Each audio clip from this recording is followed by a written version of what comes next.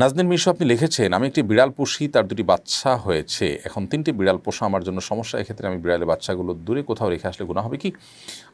আপনার বিড়ালের বাচ্চাগুলো যদি অন্য কাউকে দিতে পারেন সেটা সবচেয়ে উত্তম, যাতে করে সেগুলো কোনো প্রকার ক্ষতির মুখে না পড়ে। আর যদি এমন কোনো জায়গায় রেখে আসে যেখানে তারা চলে পুড়ে খেতে পারবে, বিশেষ কোনো বিপদ পড়বে না, তাহলে সেটাও আপনি করতে পারেন।